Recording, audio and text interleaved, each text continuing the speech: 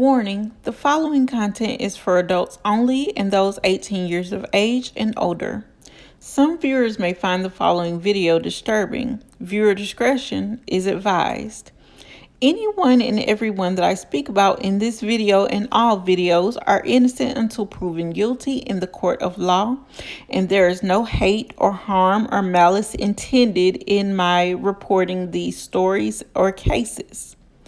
So take everything with a grain of salt and do your own research. Do not take anything that I mention or say in this case as fact. However, I have looked all of these articles up to gather all this information. So every piece of information that I'm giving you has come from an article that has already been published by credible news sources. Let's get into the video.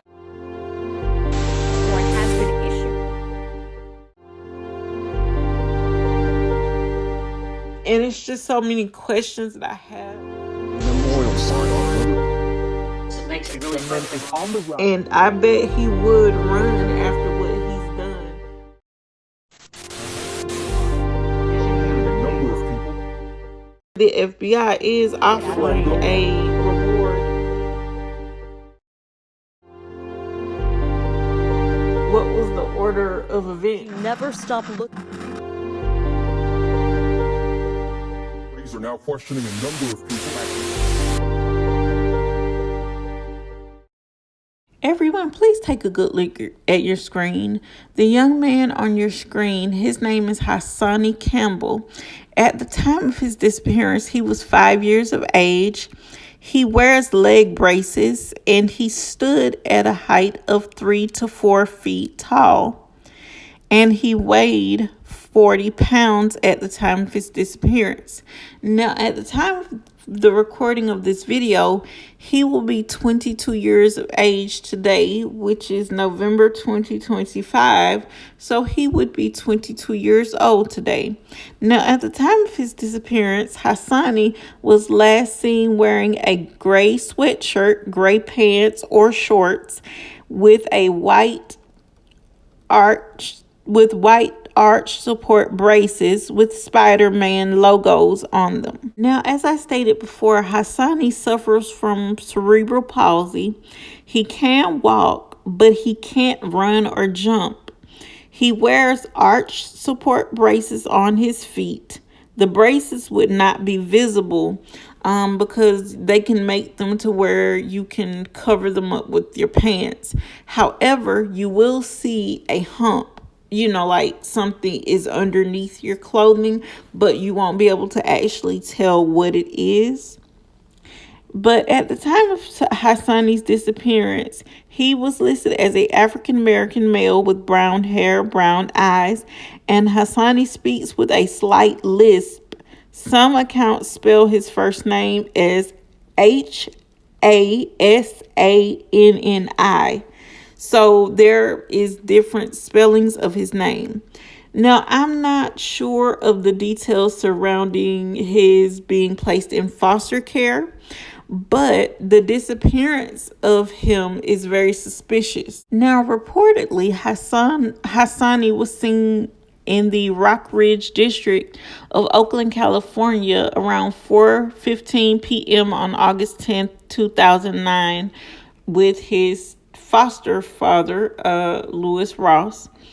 And it is very strange to me because not only did he have Hassani with him, who has a disability or special needs, if you will, but he also had his sister with him. Now, I don't know how many people do this, but I know growing up, my mom, if she took me with her, which was pretty much everywhere she went, she was going to make sure that I got out of the car first before everybody. So I am really confused as to why this man would take his daughter into the store. I'm not sure if the daughter is biologically his or his foster daughter, which would make that Hassani's bio sister, meaning blood related sister. But I am unsure as to what would make anyone think to take one child into the store with you and leave your special needs or disabled child alone unattended, which this man clearly did, because he says that he parked in the back of the shoe store, which is Schutz shoe store. It's spelled SHUZ, shoe store, in the Rockridge area, which is in the block of College Avenue. He took his sister into the store with him, but he did not take Hassani with him, which is really strange. And also he parked in the back of the shoe store and took Hassani out of the car and stood him there. And he went into the shoe store, and when he came back out, he says Hassani was gone. I just find it really weird that you would take one child with you and not take the other one, especially the one that has special needs. Now, mind you, like I said earlier, Hassani has cerebral palsy. I'm not sure if it was the spastic form or the ataxic form, but most Americans with cerebral palsy suffer with spastic cerebral palsy. So I would be willing to guess that that would be his diagnosis, which is spastic cerebral palsy.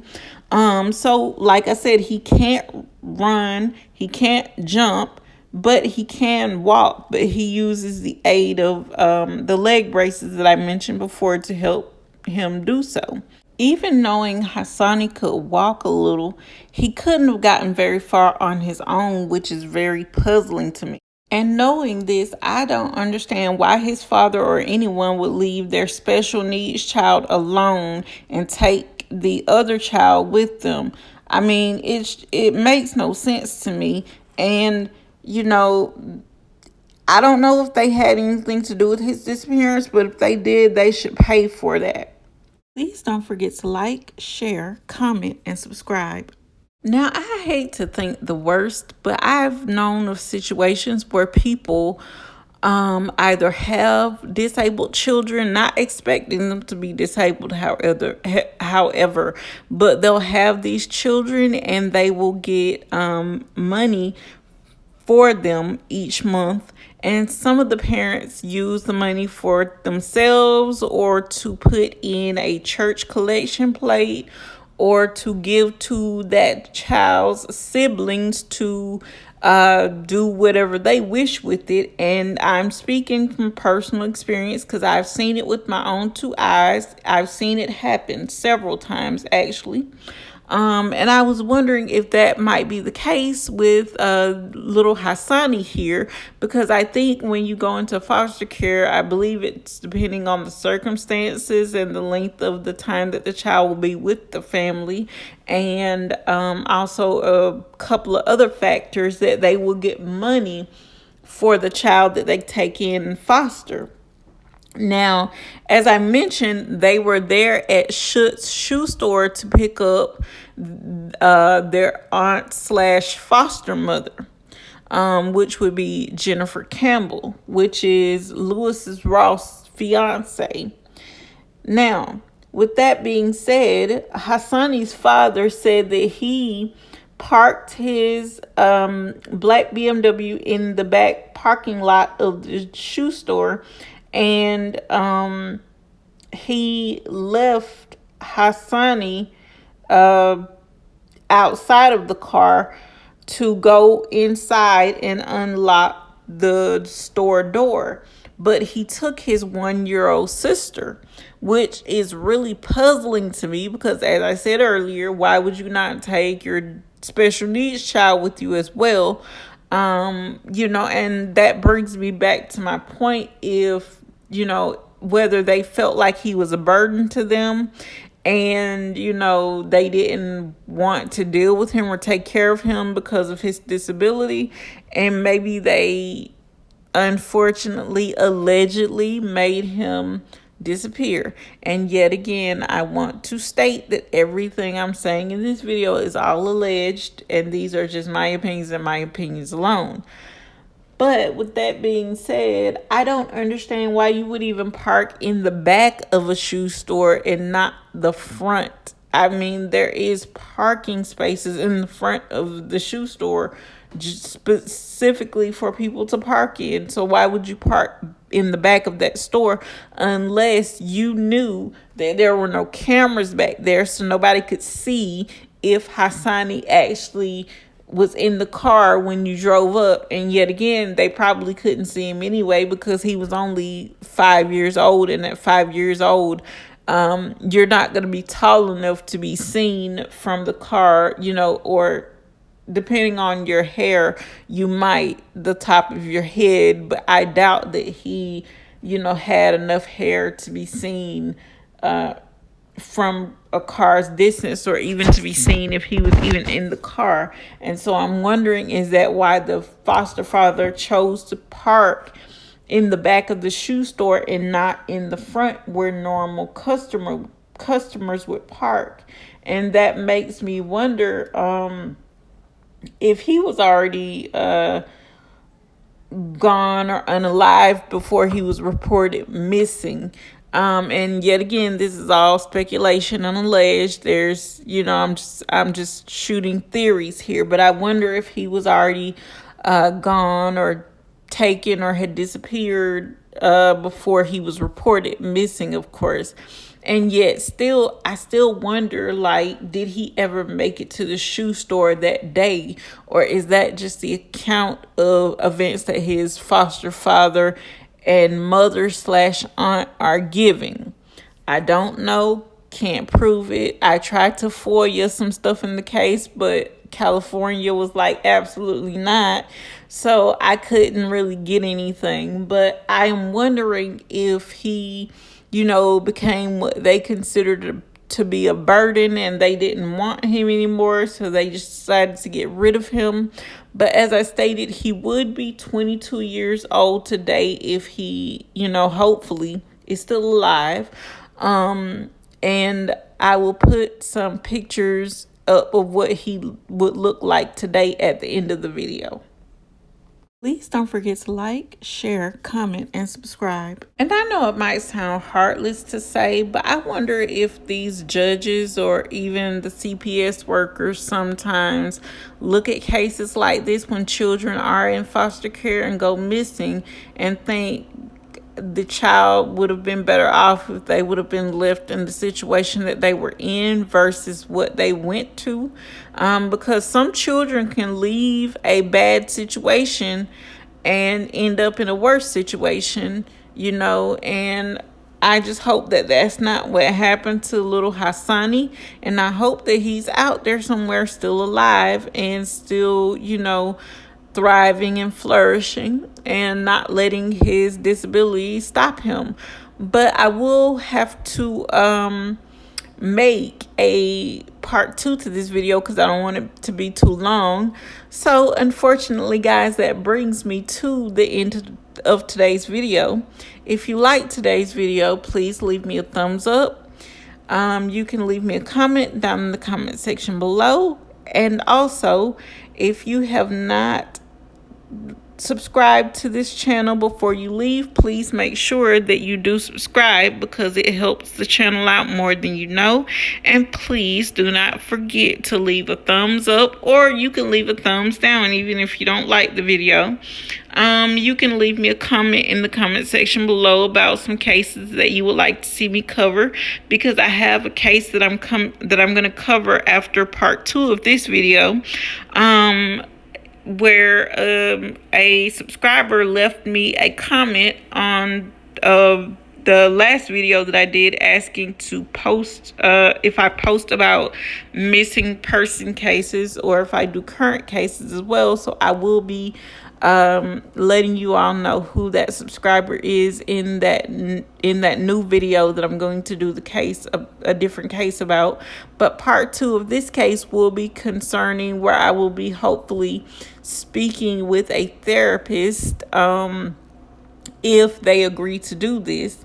And they are my physical therapist, and they can speak to you all about cerebral palsy and some things that they notice, because they have worked with little kids as well. And now that I think about it, guys, and this is just an afterthought, so this is future me editing. I wonder if his parents, his bio parents or parent, were told of his disappearance, and what do they think? I wonder if they're thinking, man, I should have kept him with me, or did a better job to keep him with me, and maybe he might still, be here today, and people would know where he is and everything like that. But I just wonder, if that is the case. And I did also find out that the foster mother / aunt and foster father were arrested, but they had to be let go because there was not enough evidence to support that they were guilty.